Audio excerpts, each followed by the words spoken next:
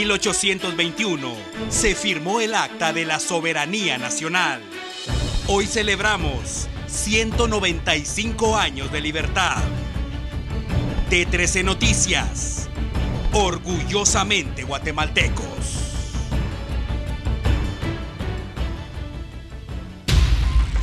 Furia natural deja más de 5,000 damnificados en 72 horas.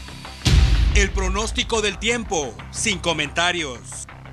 La muerte también acompaña el traslado de reos a hospitales públicos. Taracena y sus aliados, otro numerito en el Congreso. Comerciantes de la zona 6, a merced del terror y la zozobra. En el mundo, presidente filipino sigue toreando al tío Sam. Y en los deportes, todo listo para el reinicio de la batalla por la orejona. Esto es el servicio informativo que usted necesita.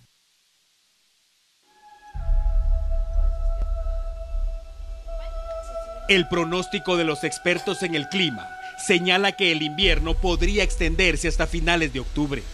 Quizá resulte cierto o quizá no. Los pronósticos cambian en cuestión de horas, pero lo que sí está claro es que el suelo guatemalteco se ha saturado ya y apenas vivimos la primera quincena de septiembre.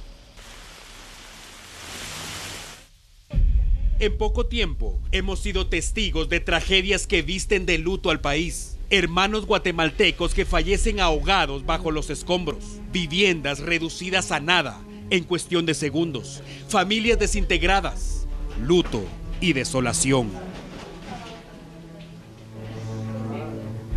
Lo hemos dicho y lo reiteramos, no solo se trata de las secuelas del cambio climático. Nosotros hemos hecho mal uso de la tierra y estamos pagando las consecuencias. Y para muestra, un botón.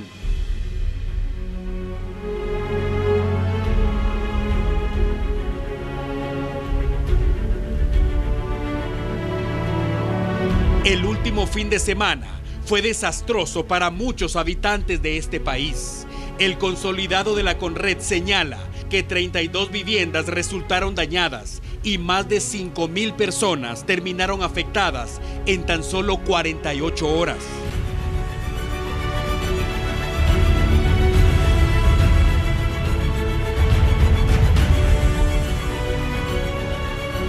Más de 1,000 hermanos guatemaltecos que viven ahora sin la certeza de saber qué pasará con su vivienda, que sienten temor de dormir cuando la lluvia es incesante.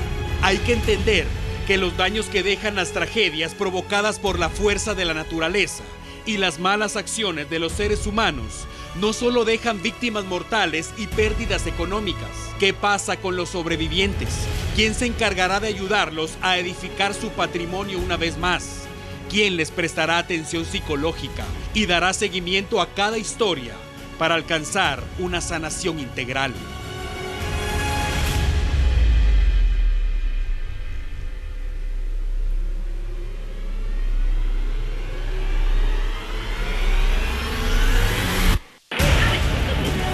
Guatemala, estamos viviendo tiempos difíciles y es importante extremar las medidas de prevención.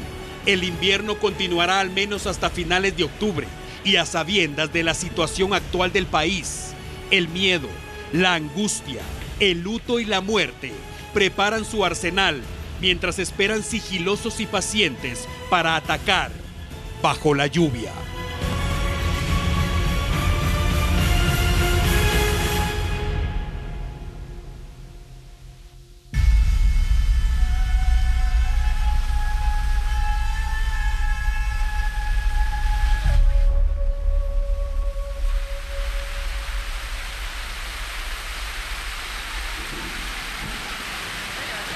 Excelente inicio de semana. Y bienvenidos a T13 Noticias. Es necesario iniciar una vez más hablando de las condiciones del clima por las tragedias que enlutan al país y el riesgo que corren muchas familias. Veamos lo que ocurre en un sector de San Miguel Petapa.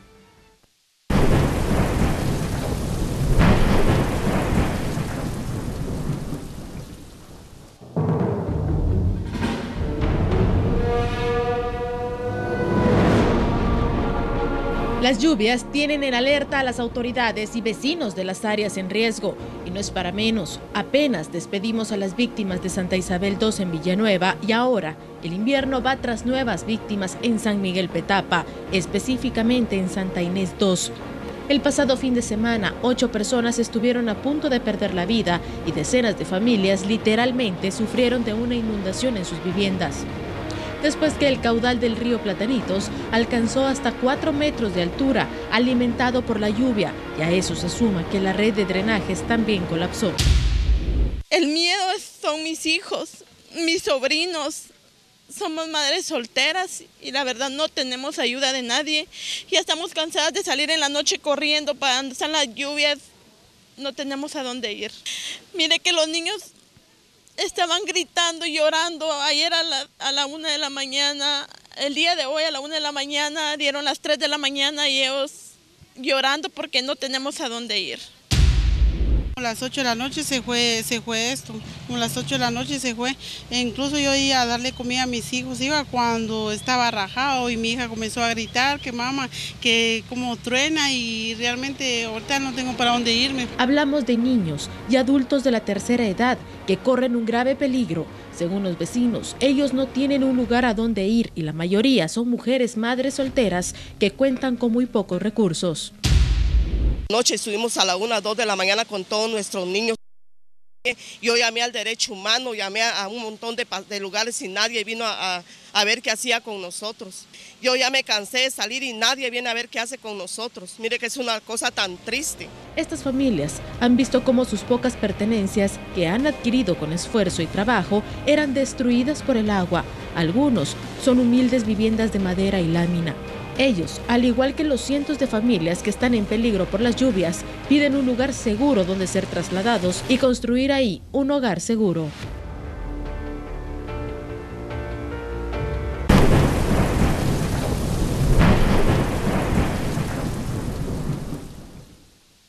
Y son precisamente estos testimonios y estas imágenes las que nos hacen recapacitar sobre los planes de prevención y las acciones de contingencia para mitigar estos riesgos.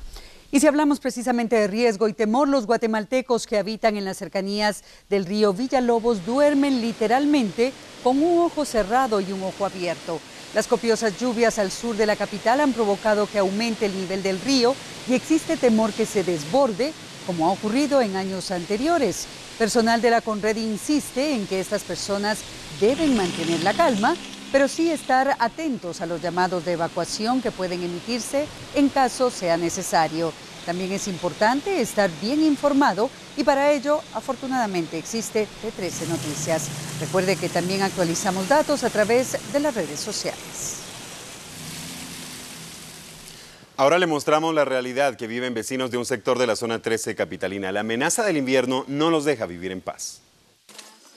La saturación de agua en los suelos está provocando temor y angustia para los vecinos que residen en el asentamiento Los Eucaliptos, Colonia Santa Fe, zona 13 capitalina. La actividad lluviosa de las últimas horas y no vivir en un lugar geográficamente recomendable está provocando que las personas que residen en este lugar evacúen la zona. Aunque en esta ocasión se habla de un deslizamiento de tierra que solo afectó a 3 viviendas, la zona podría colapsar en cualquier momento. Lo que oí es un cuentazo que se venía de tierra. Sí. ¿No había nadie de sus hijos jugando o estaba aquí? No, adentro estábamos las niñas estaban durmiendo. ¿Y el deslizamiento que está en la parte de allá, fue anoche? Fue anoche a las 8 de la noche. Estábamos cenando, pero ya no terminamos ya de cenar. Las imágenes evidencian lo riesgoso que es llegar hasta este lugar. Por fortuna, los residentes de estas 3 viviendas lograron salir a tiempo, antes que la tierra cayera sobre ellos y buscar un refugio. Primero comenzó cayendo poca tierra en el principio, después se vino de un solo, se dejó venir la tierra. ¿Usted les dio a ellos permiso para que se quedaran aquí por eso? Sí, porque se sentía que hacía venir toda la tierra para abajo, les di permiso que entraran adentro. Ay Dios, hasta sin pensamiento se queda uno atemorizado de ver lo que pasó.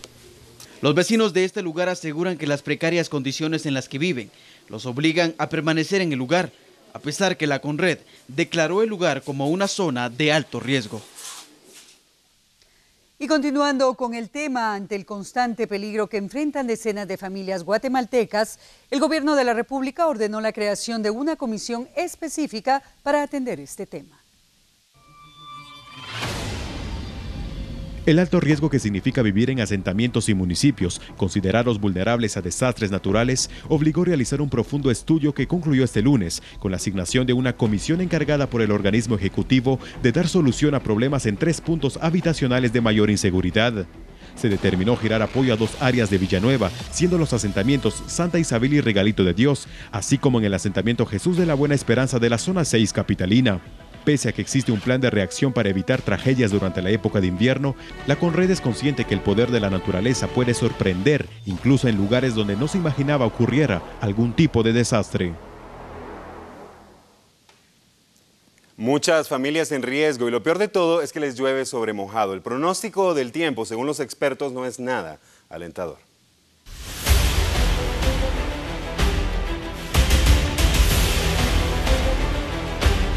Para los guatemaltecos pareciera que sigue lloviendo sobre mojado, tomando en cuenta que el pronóstico de los expertos en el clima señala que la naturaleza continuará desatando su furia en Guatemala.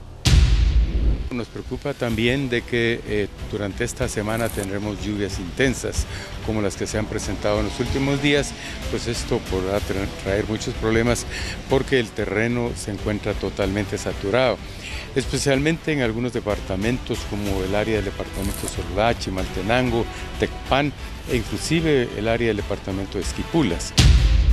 El llamado es, si usted vive en zonas de riesgo, tomar las precauciones y en caso de ser necesario y solicitado por las autoridades, abandone su vivienda y evite convertirse en una estadística más y que este invierno sea aún más trágico.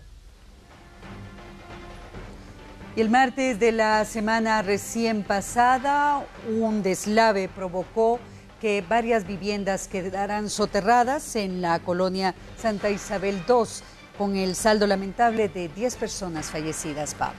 Así es, una lamentable tragedia. Nosotros queremos ayudar. Y si usted también quiere ayudar junto a nosotros, es muy sencillo. Recordemos que Canales 3 y 7 junto a Cáritas de Guatemala se han unido a esta noble causa y usted puede brindar su aporte a través de la cuenta en el Banco Banrural.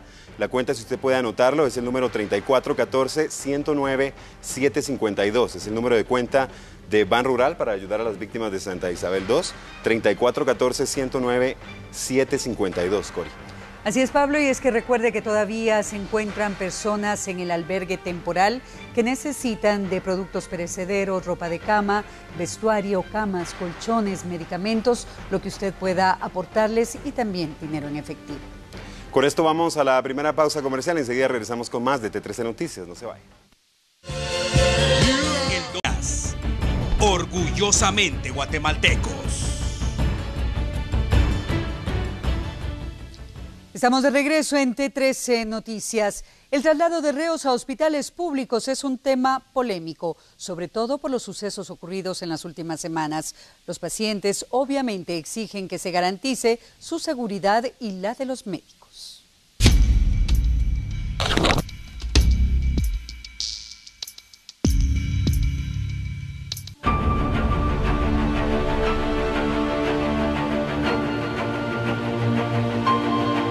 ¿En cuántas ocasiones no ha quedado comprobado que el traslado de reos a centros asistenciales públicos puede generar tragedias y la pérdida de guatemaltecos que acuden a un hospital para mejorar su estado de salud, pero se enfrentan con la muerte? Los guatemaltecos están hartos de vivir a diario esta situación y aunque existen antecedentes que confirman lo dicho, el traslado de reos a hospitales continúa ocurriendo con total normalidad, haciendo de menos el riesgo y generando más polémica. Sí, hay preocupación, pues, porque directamente nosotros no queremos un mal, sino que queremos un bien, ¿verdad? Sí, directamente, porque en verdad el honrado, ¿verdad?, necesita de la honradez de todos, ¿verdad? Y va a ponerlo a uno en riesgo, no es bueno. Los guatemaltecos que hacen uso de la asistencia sanitaria pública saben muy bien el peligro que corren al hacer fila para ingresar a un hospital, al lado de un reo. La postura de los guatemaltecos honrados es obvia: no más traslados de reclusos a centros asistenciales públicos. El traslado de reos para mí es algo que no fuera conveniente hacerlo, porque usted sabe que aquí hay muchas personas inocentes que venimos por una necesidad al centro asistencial y corremos peligro. Entonces sería bueno que el ministro de Gobernación o el gobierno implementara unas clínicas médicas en las cárceles para que sean atendidos por ellos mismos allá. Aunque suene contraproducente, el sistema penitenciario cuenta con clínicas médicas en los centros de privación de libertad, pero el no tener el equipo adecuado provoca que los traslados continúen ocurriendo. Ante ello, la seguridad en los hospitales públicos incrementó, pero los pacientes aseguran que la medida se mantendrá hasta que la noticia deje de generar polémica. Por lo que sucedió pues en San Juan de Dios, si no, no lo hacen. Y eso va a ser unos días nada más y ahí olvídense, descartado. Ante la amenaza de atentados armados en las afueras e incluso en el interior de los hospitales nacionales, las autoridades de gobernación ordenaron medidas que parecen extremas, pero necesarias. Si usted pretende visitar hospitales públicos en los próximos días, prepárese, porque podría llevarse una sorpresa y encontrar más policías que médicos. Los constantes atentados armados en las afueras de los nosocomios han provocado que el Ministerio de Gobernación despliegue un contingente policial con el objetivo de garantizar la seguridad. El acompañamiento que se está haciendo por parte de los elementos de seguridad del sistema penitenciario es de 2 elementos por cada reo. Adicionalmente, PNC ha desplegado sus esquemas de seguridad en todo lo que es el área del Hospital San Juan de Dios. Adicionalmente, en una reunión que tuvimos el día de ayer con la señora ministra de Salud, también se va a apoyar en la seguridad a lo interno de la institución. Los últimos ataques entre privados de libertad son la causa principal de este dispositivo de seguridad que desde hoy se encarga de vigilar los hospitales públicos. Es momento de actualizar información. Para ello hacemos contacto con nuestro compañero Samuel Orozco. Él se encuentra en las afueras de un hospital público que más parece una comisaría de la policía. Samuel, buenas noches, adelante.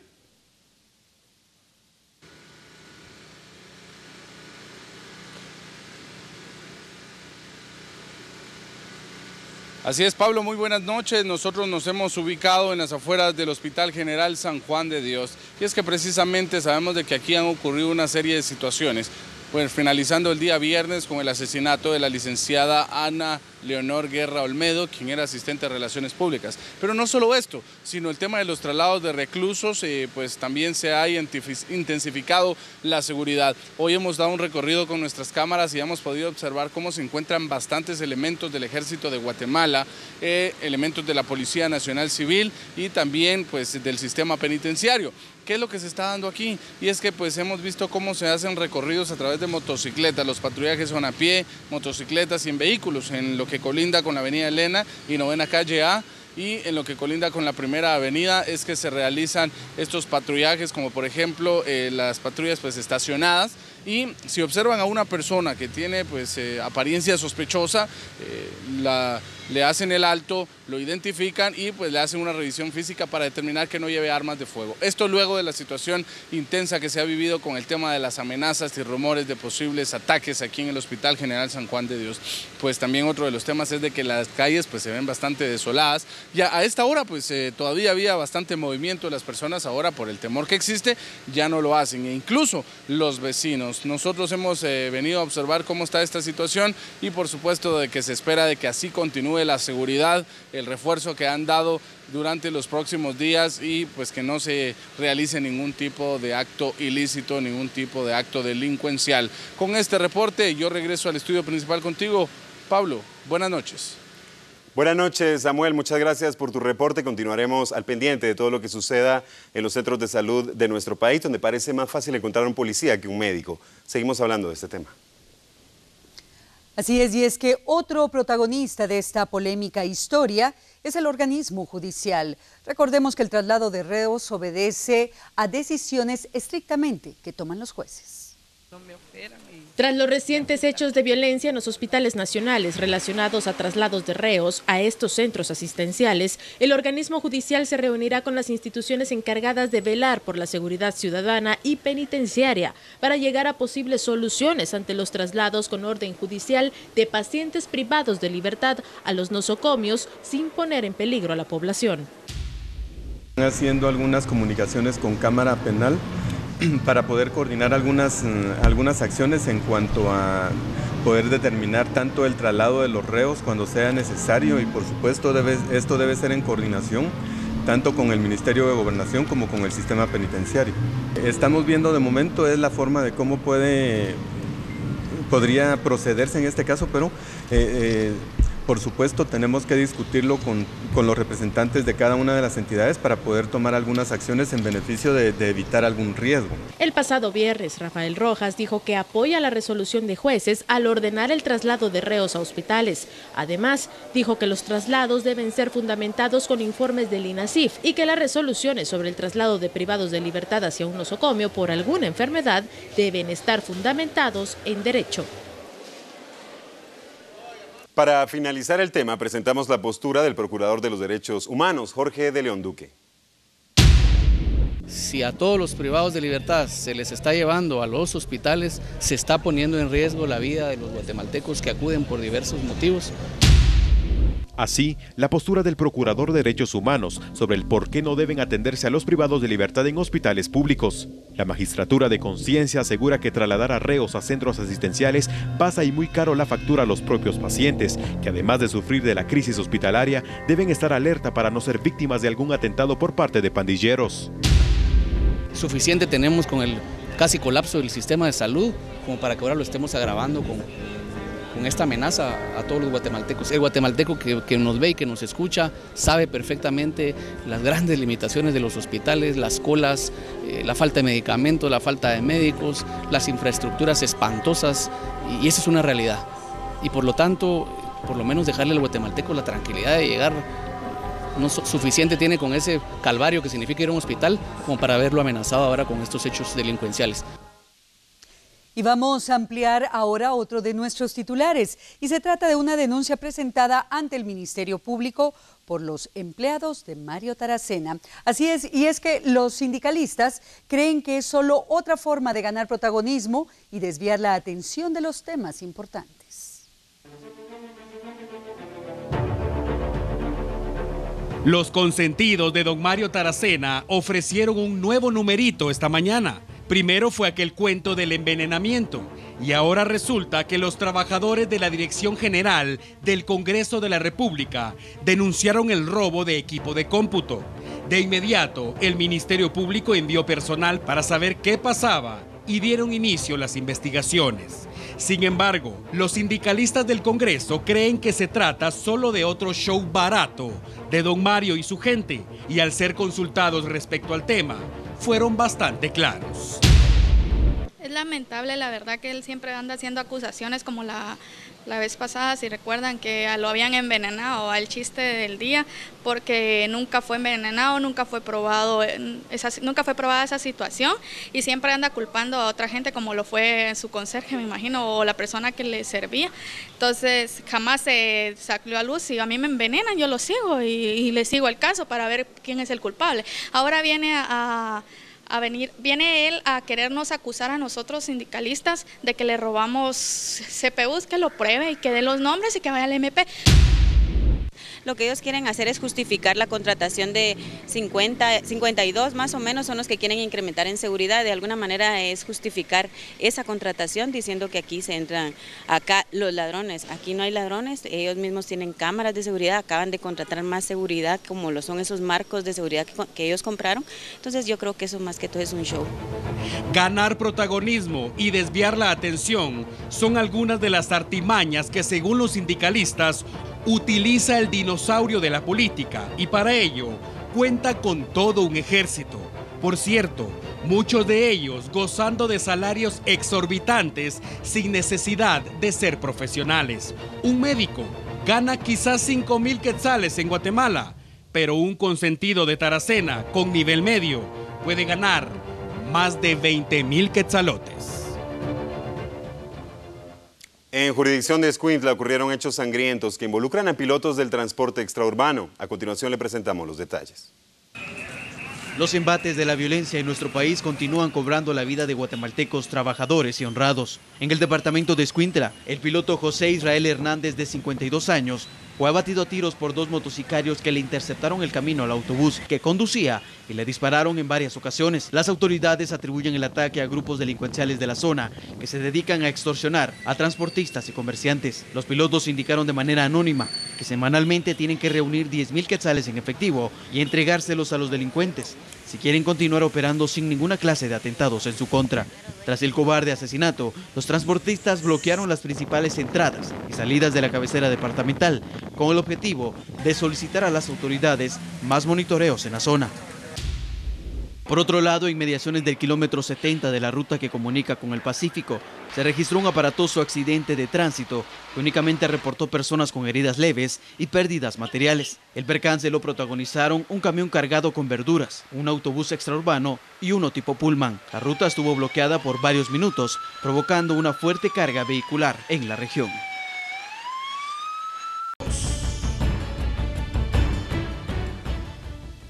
Estamos de regreso en T13 Noticias. El Ministerio Público fue contundente al demostrar la culpabilidad de un grupo de pandilleros. Esta tarde escucharon sentencia y muchos de ellos pasarán cerca de 3 décadas en la cárcel. En el Tribunal Tercero de Sentencia fueron condenados 21 integrantes del Barrio 18 acusados de extorsionar a pilotos que circulan en varios puntos del país. Las penas van de 6 a 29 años de prisión inconmutables por los delitos de asociación ilícita, asesinato en grado de tentativa, obstrucción extorsiva del tránsito y plagio o secuestro. Según la investigación del Ministerio Público, los hechos fueron cometidos durante el año 2014 y 2015 contra taxistas, mototaxis, pilotos de buses urbanos y extraurbanos, a quienes les exigían la suma de 5,000 y 20,000 quetzales mensuales para poder circular. En el juicio fueron presentadas por el Ministerio Público pruebas testimoniales, periciales, escuchas telefónicas y la declaración de 4 colaboradores eficaces. El juez presidente del tribunal, Saúl Álvarez, aseveró que con esta investigación se logró evitar el crimen de al menos 10 personas por integrantes de esta estructura.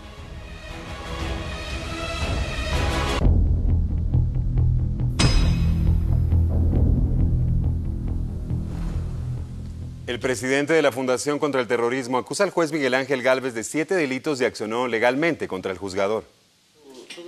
El futuro legal del juez Miguel Ángel Gálvez podría verse en aprietos después que el presidente de la Fundación contra el Terrorismo en Guatemala presentara una solicitud de antejuicio en su contra.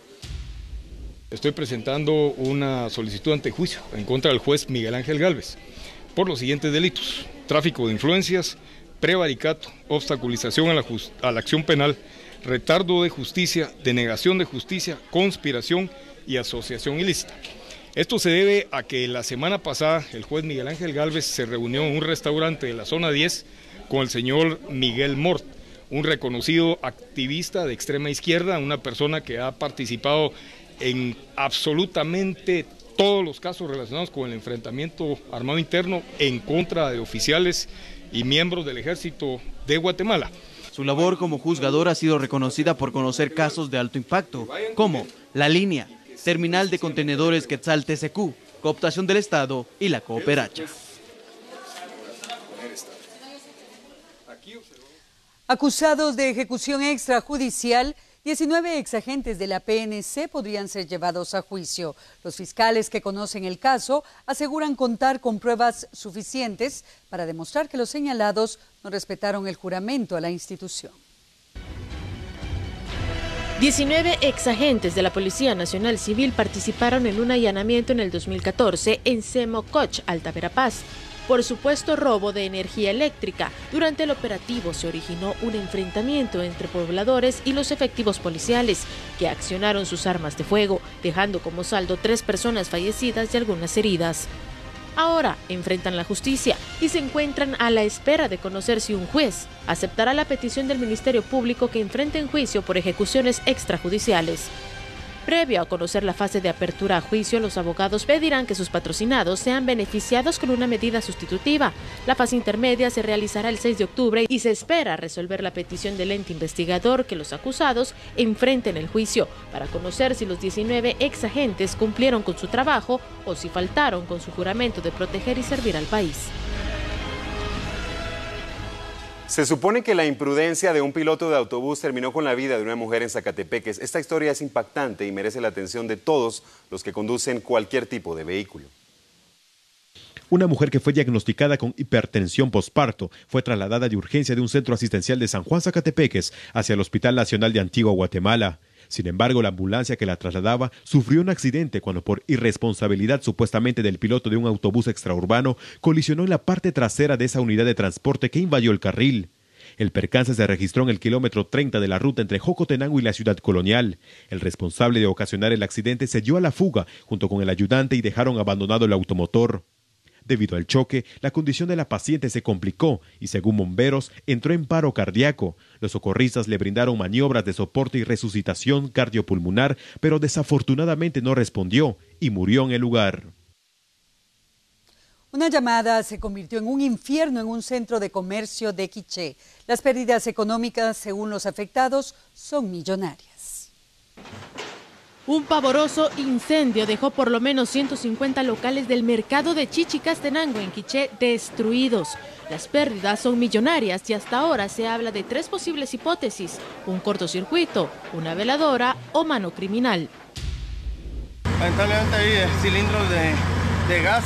Así mismo en estas se encontraban bastantes ventas de veladoras, por lo que había bastante material inflamable. El incendio se originó en los locales de madera y lámina, donde se encontraba el área de comedores, y desde ahí fue incontrolable. Alcanzó locales de consumo diario y veladoras, provocando que por varias horas los cuerpos de socorro batallaran con las llamas que amenazaban con extenderse. Pues la verdad es que de madrugada solo escuchamos a los bomberos, pues a las sirenas. Y creímos que como son fiestas patrias, creímos que era por las antorchas, como a las 4:30 de la mañana. Ya después mi esposo había salido de viaje y me llama para avisarme de que viniera a ver porque se habían quemado los puestos del frente del museo. Las pérdidas ascienden a más de 6 millones de quetzales. Incluso tuvo que ser derribado el palo de voladores de Chichicastenango, ya que también fue alcanzado por las llamas. Autoridades de turismo llegaron al lugar por la tarde para evaluar los daños y coordinar la recuperación que se tendrá del mercado. La muerte visitó el centro de Retaluleu este día y el saldo es trágico. Sicarios abrieron fuego contra un hombre, pero las balas, además, alcanzaron a comerciantes de la zona y una familia quedó desintegrada. La paz y tranquilidad en el centro de Retaluleu se vio irrumpida cuando 2 presuntos sicarios dispararon en varias ocasiones contra un hombre que se dedica a la elaboración de tatuajes. De inmediato, el tiroteo despertó temor entre una cantidad de personas que se resguardaron en los locales de comercio. En este ataque, una pareja de esposos que vendía películas en ese mismo sector resultó herida. Sin embargo, la mujer identificada como Araceli Tórtola, de 34 años, falleció junto con el hombre al que iba dirigido el ataque, identificado como Byron Enrique Mérida, de 44, a su ingreso a la emergencia del Hospital Nacional de Retaluleu. Mientras que el herido, Wilfredo Wilson Telle, de 32 años, permanece estable en ese mismo centro asistencial. Derivado de este ataque, la población pide mayor seguridad en lugares donde concurren más personas, por lo cual la policía impulsa un plan de vigilancia que pondrá en marcha en las próximas horas, tomando en cuenta que se avecinan las fiestas de independencia y es cuando más cantidad de personas se acercan a los lugares céntricos.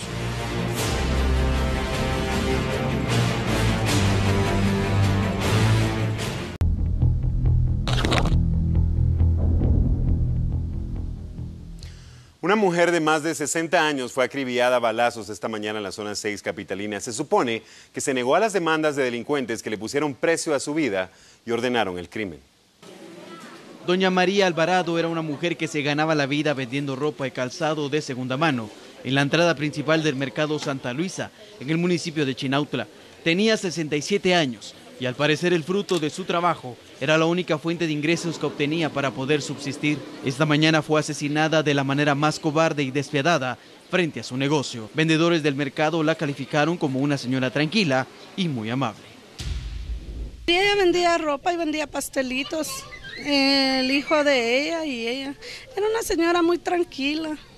¿Cómo le decían o cómo se llamaba? Nunca le supe el nombre, es una señora muy alegre, era Canchita, una señora blanquita y todo, pero hasta aquí no sabemos por qué fue. Al parecer el crimen es producto de la violencia e inseguridad que se ha incrementado en la zona el último mes. Todo parece indicar que negarse a entregar la extorsión fue una razón suficiente para que grupos delincuenciales ordenaran quitarle la vida.